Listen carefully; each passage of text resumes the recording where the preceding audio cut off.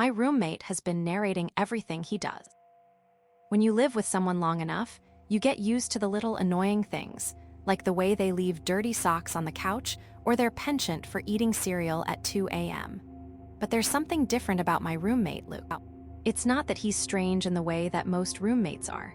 No, it's something else entirely. It all began on a lazy Saturday morning.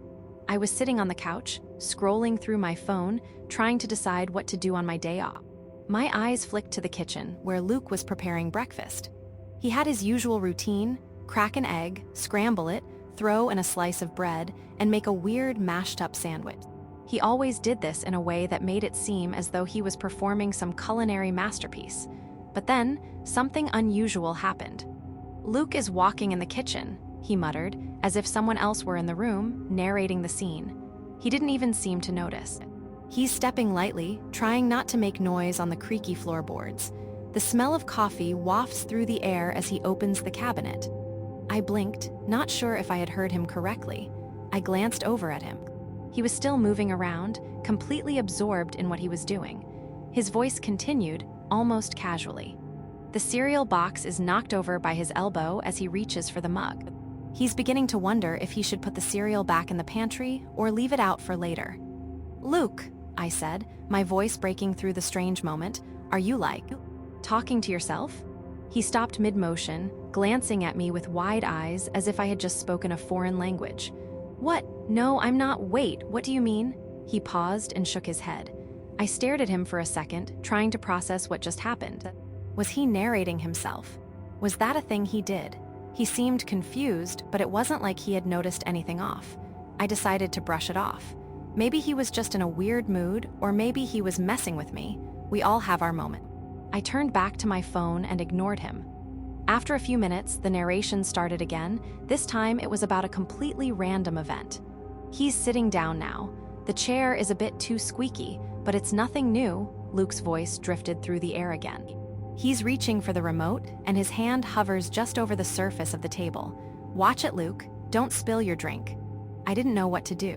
It was like he was acting out a scene in a movie, but the odd thing was that he had no idea he was doing it. He wasn't narrating for me or anyone, just himself. That was the first time I noticed it, but it wasn't the last. The following day, I was sitting on the couch, trying to get some work done on my computer.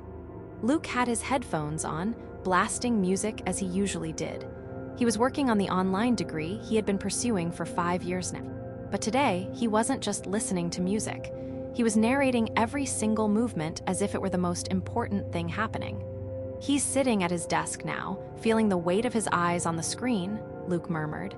"He's wondering if he's doing it right." His fingers hover over the keyboard, and the click of each key makes him feel like he's not achieving enough. It was getting harder to ignore. I shifted in my chair, uncomfortable. I tried to focus on my work, but Luke's voice, low and rhythmic, kept breaking through my thoughts. He's squinting at the screen now. His eyelids are heavy, his concentration faltering.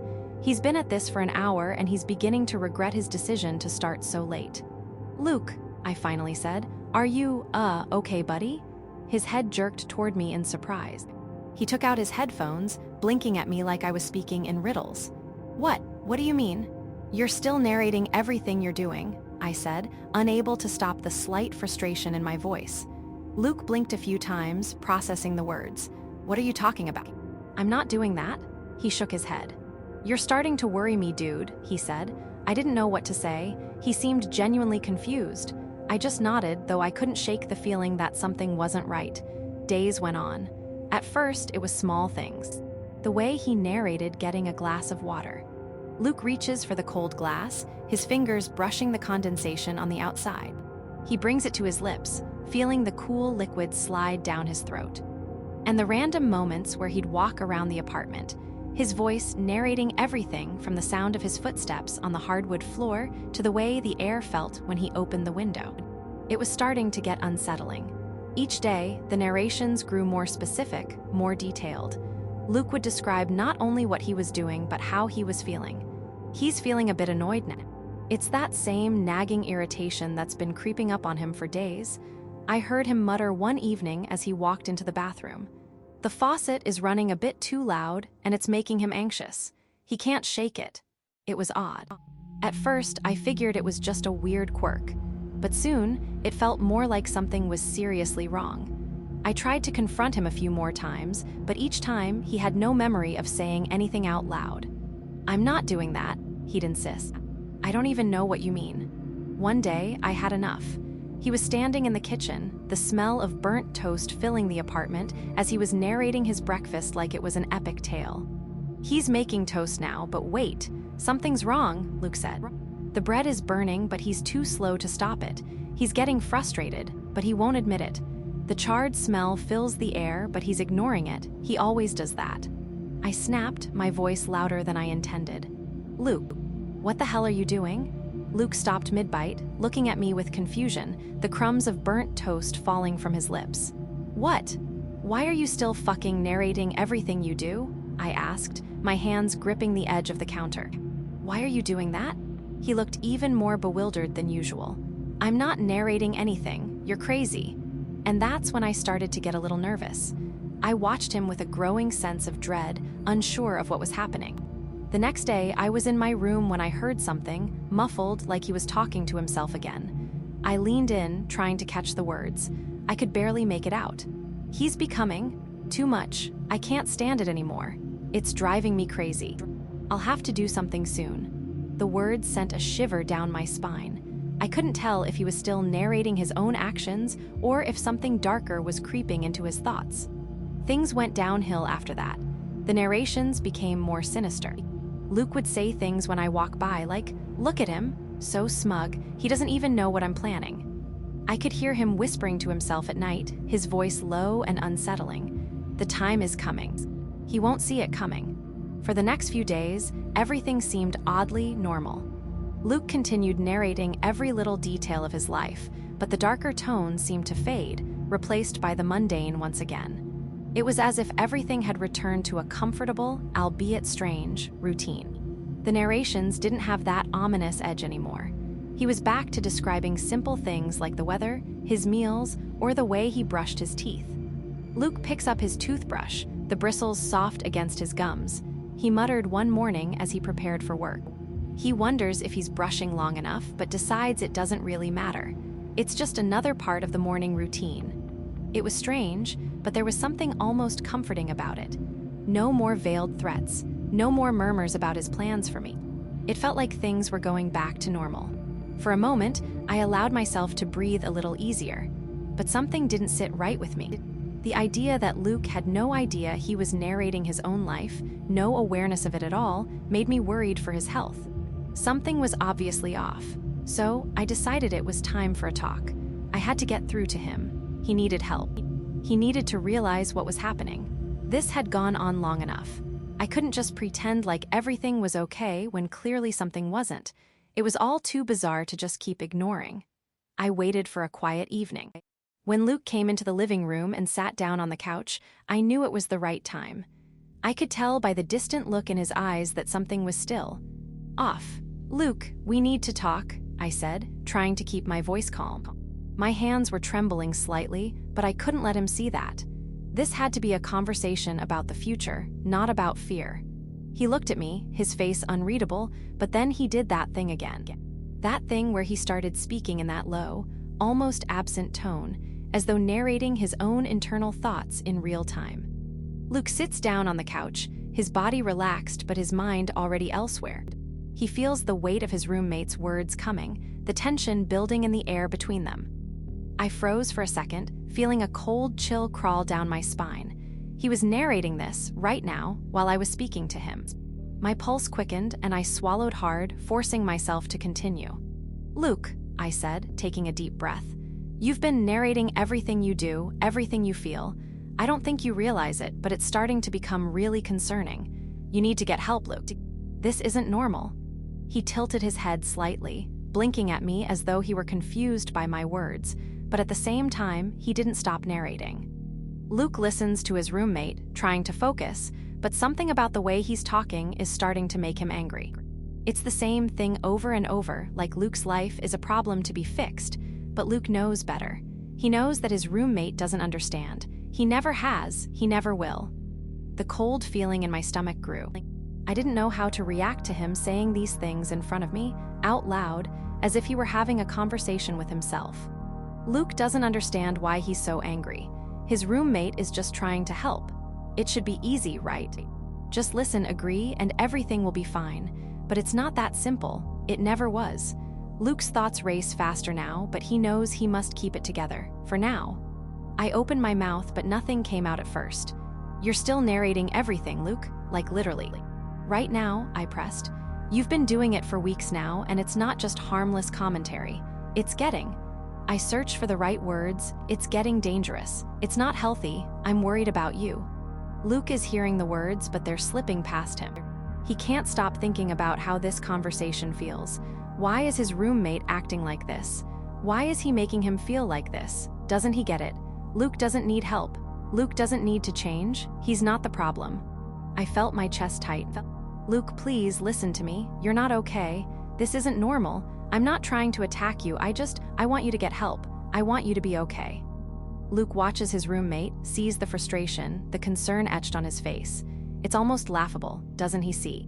Doesn't he get it? He is the problem. Luke is done with his opinions.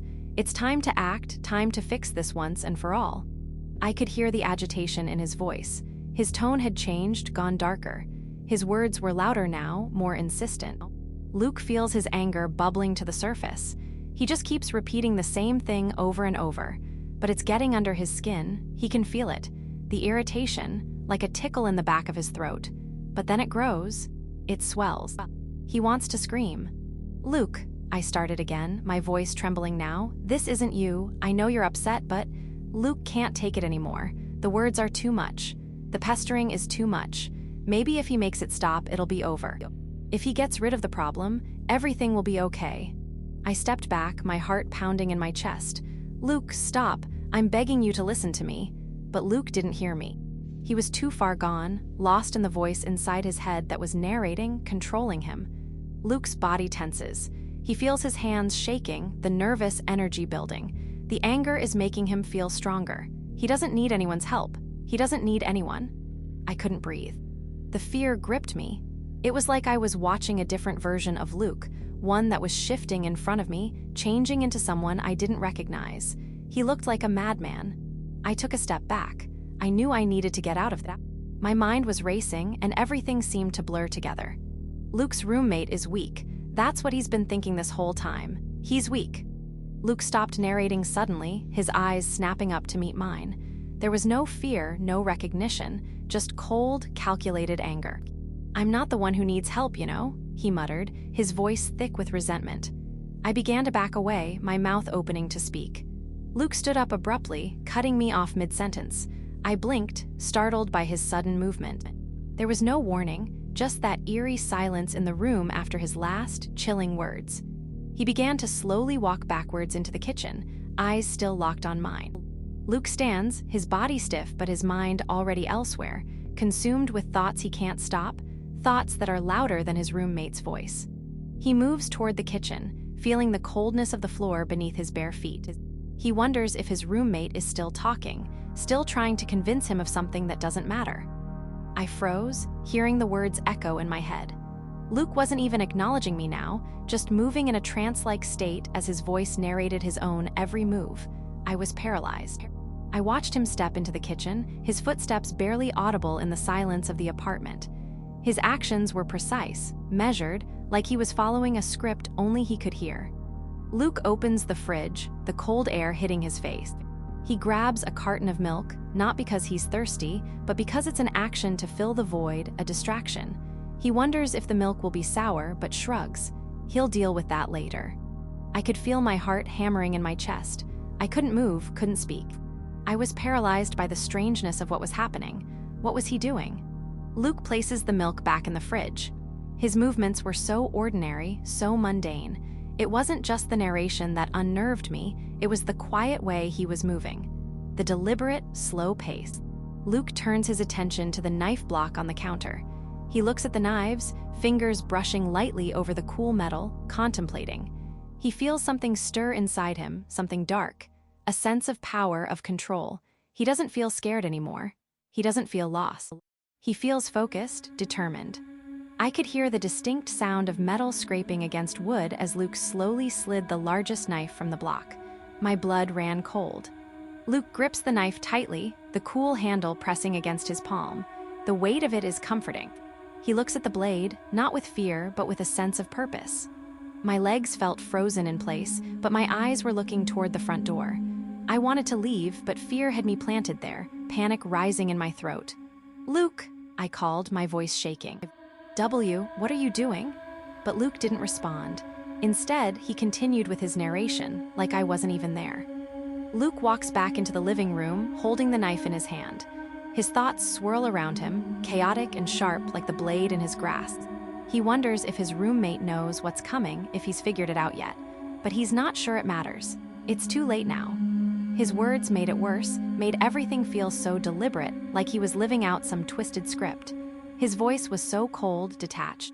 Luke stops in front of his roommate, the knife heavy in his hand, but there's no fear in his heart. He's calm, collected. He's at peace with the anger. It's been building for so long. This is the only way to make it all stop. "Luke, no," I stammered, my voice barely a whisper. "Please put the knife down." He didn't respond, just stood there, his gaze cold and distant. His voice continued, narrating his thoughts as if we were in two different realities. I took a deep breath, trying to steady myself, trying to think. This wasn't the Luke I knew. This wasn't the guy who would have ever even considered doing something like this. Something had changed, something inside him was breaking apart, unraveling in front of me. I couldn't just stand there. I couldn't let him do whatever he was planning. The air between us felt thick, heavy with tension. My mind raced, looking for a way out, a way to make sense of this, but I couldn't think straight. I needed to get the knife away from him somehow. I took a cautious step forward. "Luke, you don't need to do this," I pleaded, my voice hoarse. Just talk to me. Let's work this out. We can figure this out." Luke isn't listening. He feels something snap inside him. He's done with words, done with this. It's time to end it, to silence him once and for all. Luke lunged forward before I could move. I tried grabbing his wrist, trying to pull the knife from his hand. His grip was strong, unyielding. There was something dark in his eyes, something that didn't belong. The world around me seemed to blur into a tunnel as my heart hammered in my chest, adrenaline flooding my system. I kept pulling, my breath shallow and frantic. And then, in one sudden motion, I snapped out of it, every instinct screaming at me to run. I broke free from the struggle and bolted for the door. Luke watches as his roommate turns and runs, a sense of satisfaction creeping up his spine. His steps are slow but deliberate, knowing that it's too late to escape. I could hear Luke behind me, his footsteps barely audible at first, but they were there, following me, echoing in the quiet apartment. I didn't dare look back, just kept pushing forward, my hands frantically grabbing for the door handle. The cool metal of the knob was slick with sweat as I wrenched the door open, stumbling out into the hallway. Snap. The pain hit me hard, sharp and searing, as if someone had shoved a hot iron into my back. My breath left me in a violent gasp. I didn't stop. I couldn't stop. I was halfway down the stairs when I heard Luke's voice, quiet and detached, like he wasn't even speaking to me anymore. "Luke doesn't need to chase anymore. He's already won." The words echoed in my ears, fueling my panic. I could hear him behind me. I could feel him gaining on me. The cold wind whipped against my skin, but it wasn't enough to clear the fog of fear clouding my mind. I had to get away, had to keep running. I burst out into the street, the night air cold against my back, now pouring with blood. The bright streetlights flickered overhead. The distant hum of cars, the occasional shout of a pedestrian, it was all a blur as I sprinted down the block. My legs ached, my heart hammering in my chest like a drum. Every step felt like it might be my last, but I didn't dare look back. I kept running, my feet pounding against the pavement, the knife wound throbbing with each step, the blood soaking through my clothes. The pain was unbearable, but it didn't matter. I just needed to get away. The corner store came into view, a neon light glowing faintly in the distance. I pushed myself harder, the door to the convenience store just within reach. My hands were slick, shaking as I grabbed the door handle and yanked it open. The bell above the door rang loudly, a harsh contrast to the silence of the night. I didn't pause to explain myself. I rushed past the counter, my back to the clerk who stood frozen, eyes wide in confusion. "Call the police," I gasped, my voice barely audible over the pounding in my ears. "Please, call the police." The clerk's mouth moved, but the words didn't register. I couldn't focus on anything except the pain, the fear, and the knowledge that Luke was still out there. The next few minutes were a blur of movement, the store clerk picking up the phone, the sirens in the distance growing louder. I collapsed to the ground, coming in and out of consciousness. The blood oozed through my clothes, getting on everything around me. The world slipped away as I heard the faint sound of police cars approaching. When the police went back to the apartment, Luke was gone. The doctors say I will make a mostly full recovery, but I'm not sure I'll ever really be the same. This morning, I woke up to the steady beep of a heart monitor and the antiseptic sting of a hospital room. My back aches like hell. For a moment, everything was a blur, but then it all came rushing back. "Luke," I try to sit up, but pain lances through my back, forcing me back down. A nurse notices and rushes over, placing a hand on my shoulder. "Easy now," she said with a soft smile. "You've been through a lot." My throat was dry. "Luke," I croak out, "did they find Luke yet?" The nurse's smile falters just a bit, but she covers it quickly. "You should rest. I'm sure the police will come by later to talk." She adjusts my IV, humming softly under her breath, and just as she's about to leave, she pauses at the door. "You know, you've been doing this funny thing," she says, her voice light, casual. "You've been sitting up in bed and talking, having whole conversations, but when we come in, you stop." My skin prickles. "What do I say?" I whisper. She shrugs. "Hard to tell, mostly just one side of a conversation. It's almost like you're narrating a movie or something." A cold weight settles in my stomach. I don't remember doing that. Before I can respond, she gives me one last polite smile and walks out, leaving me alone with the rhythmic beep of the monitor and a million questions.